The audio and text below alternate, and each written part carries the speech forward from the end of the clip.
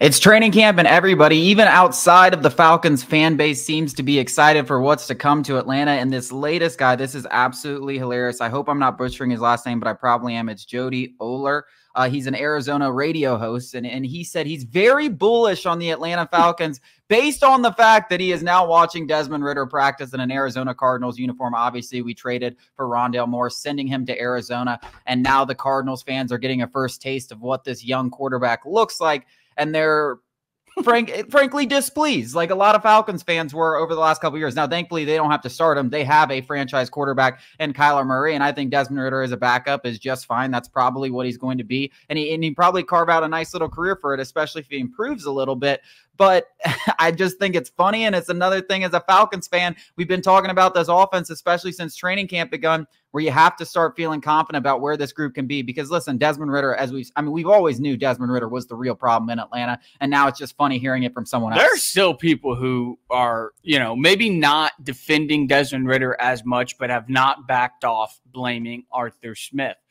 And it's like I challenge you, Mr. Desmond Ridder defender, to design a game plan to win a football game with Ridder under center. And I would watch your head explode. Like Arthur's, and the perfect example is the Carolina Panthers game, the second game last year.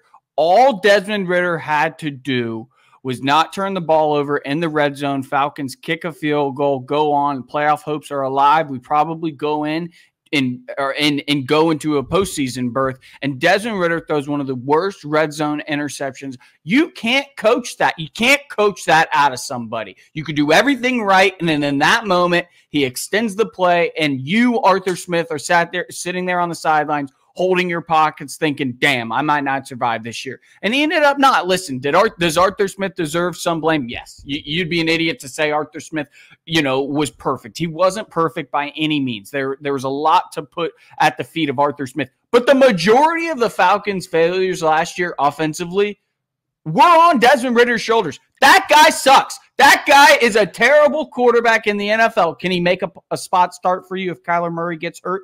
Sure. You don't want that guy handed the reins of the franchise after 4 games that we saw his rookie year that were, quite frankly, like not even mediocre. They were pedestrian at best, maybe. They were bad. They were bad. Yeah, they were bad. And then we just Taylor Heineke came into training camp last year and immediately said, I'm here to back up Desmond Ridder. Yeah, I mean, the reason Arthur Smith's fired is because he trusted Desmond Ridder. That is the reason why. Not because Arthur Smith can't coach football or anything like that, but, he designed these game plans around Ridder thinking that he could hide his flaws. And at the end of the day, you can't hide a guy's flaws who's going to go off script and make bad decisions, or even go on script and make bad decisions. I mean, some of his turnovers throughout last year were just so inexcusable. And it was always at the most important times. They were in the opportune times. They were in the red zone. They were at late in games when all you needed was a field goal to fumbled snaps.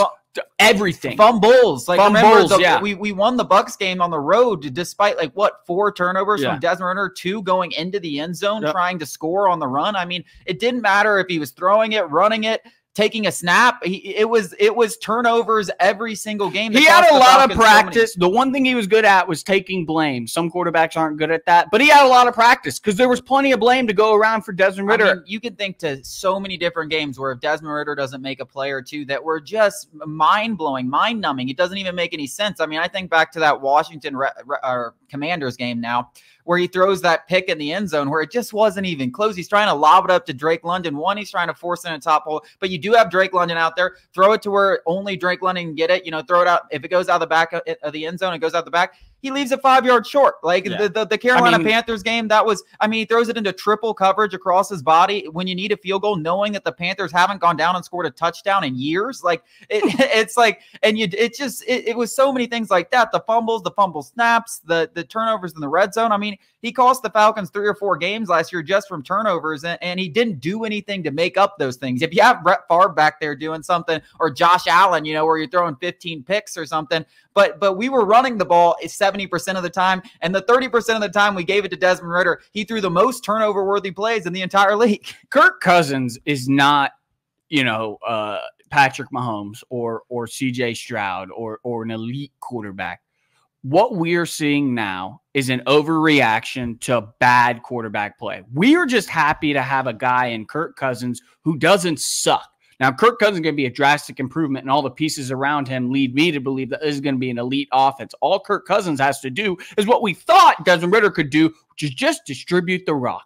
That's what Kirk Cousins has to do. He doesn't have to be a hero. In fact, Kirk Cousins has made his bones not being a hero and letting the heroes be the heroes. Stephon Diggs, Justin Jefferson, Adam Thielen. Look, more and more he gets his guys the ball in space and lets them do the rest. And it's something that Desmond Ridder couldn't do. And now Falcons fans think that we actually have a good quarterback. And they're right, because we went from, including all the guys who started, so the Taylor Heineke's of the world, the backups.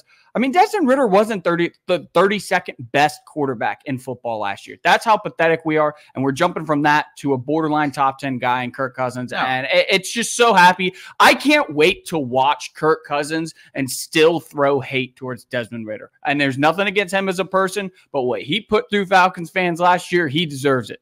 Yeah.